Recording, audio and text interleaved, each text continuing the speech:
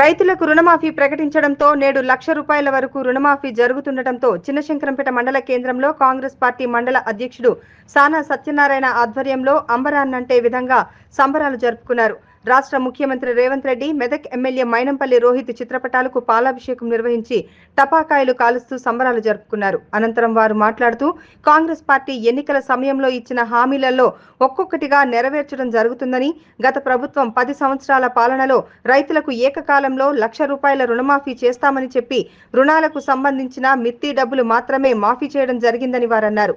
రుణమాఫీ ప్రకటిస్తే తాను రాజీనామా చేస్తానని చెప్పిన హరీష్ రావు తన మాటకు కట్టుబడి ఉండాలని, ఆగస్టు 15వ తేదీలోపు రైతులకు 2 లక్షల రుణమాఫీ చేస్తానని ప్రకటించిన సీఎం రేవంత్ రెడ్డి ఇచ్చిన మాట ప్రకారం రుణమాఫీ చేయడం జరుగుతుందని, పేదల కోసం కాంగ్రెస్ ప్రభుత్వం ఎన్నో సంక్షేమ పథకాలు ప్రవేశపెట్టడం జరిగిందని, కాంగ్రెస్ అంటేనే పేదలని, పేదలంటేనే కాంగ్రెస్ అని వారన్నారు. ఈ కార్యక్రమంలో కాంగ్రెస్ పార్టీ మండల అధ్యక్షులు సత్యనారాయణ, స్థానిక తాజా మాజీ సర్పంచ్ రాజ్రెడ్డి, కాంగ్రెస్ నాయకులు శ్రీమాన్ రెడ్డి, సిద్ధాగౌడ్, రంగారావు, చిరంజీవి, యాదవరావు, రమేష్ గౌడ్, గోపాల్ రెడ్డి, సుధాకర్, మోహన్ నాయక్, భిక్షపతి, గణేష్, ముత్తిగల్ల రామచంద్రం తదితరులు పాల్గొన్నారు. నేడు గతంలో మా కాంగ్రెస్ పార్టీ ఏఐసిసి అధ్యక్షురాలు మరి మల్లికార్జున ఖార్గే గారు కావచ్చు, రేవంత్ రెడ్డి గారు కావచ్చు, మరి ఎన్నికల సందర్భంగా ఏ మేనిఫెస్టో ఇచ్చారో మేము కాంగ్రెస్ ప్రభుత్వం వస్తే రైతు పక్షపాతిగా ఉంటామని చెప్పడం, మరి తప్పకుండా మరి అసెంబ్లీ సాక్షిగా ఆగస్టు 15 లోపే రైతులకు రుణమాఫీ ప్రకటిస్తామని చెప్పారు. మరి తప్పకుండా ప్రకటించిండు. దాన్ని నెరవేర్చినందుకు మరి రాష్ట్రం అంతా రైతులు కూడా రేవంత్ రెడ్డికి రుణపడి ఉంటామని తెలియజేస్తున్నాం. అలాగే ఏదైతే అసెంబ్లీ సాక్షిగా చెప్పిండో దాన్ని సవాలుగా స్వీకరించిన మాజీ మంత్రి గారు హరీష్ అన్న గారు, మీరు ఇజ్జతగాళ్ళు, మీరు పౌరుషం ఉన్నోళ్ళు, మీరు ఎందుకంటే మీరు గతంలో 10 సంవత్సరాలు మంత్రిగా చేశారు కాబట్టి మీరు కూడా మాట కట్టుబడి మరి మీ ఎమ్మెల్యే సభ్యత్వానికి రాజీనామా చేయాల్సిందిగా కోరుతున్నాం.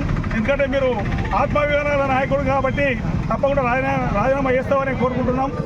మరి గతంలో కూడా 10 సంవత్సరంలో కేవలం 25,000 రూపాయలు మాత్రమే రుణమాఫీ ప్రకటించారు. కేవలం మిత్తి మందమే పోయినాయి తప్ప దేనికి కాలేదు. మరి రాష్ట్రంలో ఆ 10 సంవత్సరాలు పూర్తిగా ప్రజాపాలన మరుగుపడి కుటుంబ పరిపాలన సాగింది. ఆ కుటుంబంలో నుంచి ఇలా తిహార్ జైల్లో ఊసలు ఎక్కబెట్టే పరిస్థితి వచ్చింది. ఇంకో 4 రోజులైతే మరి అల్లుడు, మామ, కొడుకు అందరూ కూడా మరి చెల్లపల్లి జైలుకు పోయేందుకు తయారవుతుంది. మరి తప్పకుండా మా రేవంత్ రెడ్డి గారు అది కూడా మాట ఇచ్చారు, ట్రిపుల్ బెడ్రూమ్ కట్టిస్తాం బిడ్డ, మీ ముగ్గురికి అక్కనే ఉండాలని చెప్పారు. మరి ప్రజా పరిపాలన అంటే ప్రజలతో మమేకమై ఉంటాం.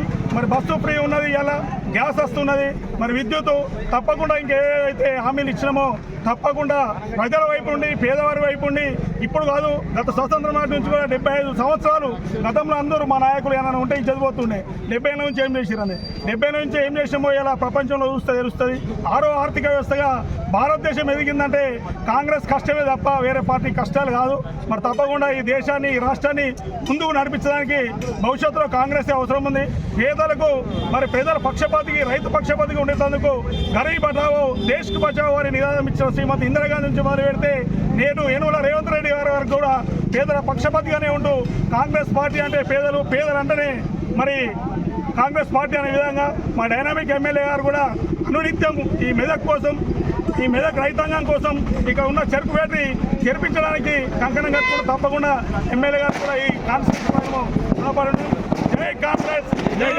మరి మా ఏఐసిసి అధ్యక్షులు మల్లికార్జున ఖర్గే గారికి, మరి రాష్ట్ర ముఖ్యమంత్రి రేవంత్ రెడ్డి గారికి, రాహుల్ గాంధీ గారికి, మా నాయకుడు మరి రోహిత్ రావు గారికి, మరి ఏదైతే రైతు రుణం మరి అప్పుడు ఎలక్షన్లో మాట ఇచ్చిన ప్రకారం మరి ఆగస్టు 15 లోపల 2 లక్షల రుణమాఫీ చేస్తామని చెప్పడం జరిగింది.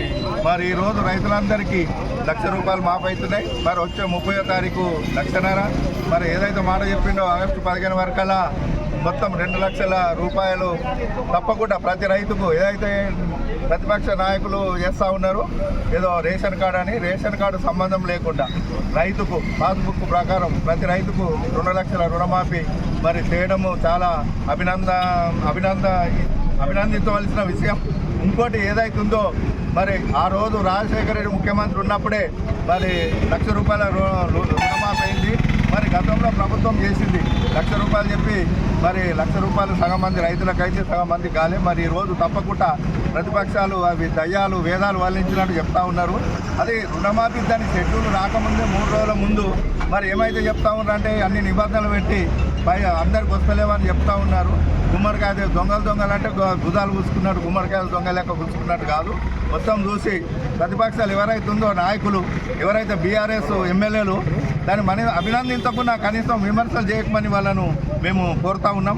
ఎందుకంటే అభివృద్ధికి అందరూ సహకరించాలి. ఎలక్షన్ అప్పుడు ఏది కానీ మరి మంచి చేస్తేనే ప్రజాక్షేత్రంలో తెలుసుకుంటాం. అది ఏది కానీ ఎవరికి కానీ ఏ నాయకుడు కానీ అది గమనించాలి. మళ్ళొకసారి వాళ్ళకి చేసేది ఏంటంటే మమ్మల్ని అభినందించకుండా సరే నాయకులను, కానీ విమర్శలు చేయకమని వరకు హితో పలుకుతూ ఉన్నాం. మరి అదేవిధంగా ఏదైతే ఇలా రైతులు ప్రతి ఒక్కరు ఆనందంలో ఉన్నారు. మరి ఏదైతే ₹1,00,000 ఇవ్వాలైతే వచ్చే రోజులు అది కూడా అవుతాయి. రైతు బంధు కూడా వేస్తాం. మరి ఎందుకంటే గత 10 సంవత్సరాల గాడిన పడ్డ మరి ప్రభుత్వాన్ని ఒక గాడిన వేస్తున్నది. అలా ఏదో ఏకపక్ష కాకుండా అందరు సముచితంగా తీసుకొని వస్తారు. కొంచెం టైం పడుతుంది. వచ్చే సంవత్సరం నుంచి ఏదైతే 2005-6కు ఎటువంటి ఇబ్బందులు లేకుండా ప్రభుత్వం ఉంటుంది. దానికి అందరూ సహకరించాలని పేరున కోరుతూ మరి మనము చెప్పంగానే వచ్చిన మా మండల నాయకులకు అందరికీ పేరున నమస్కారాలు, ధన్యవాదాలు తెలుస్తూ ముగిస్తాము.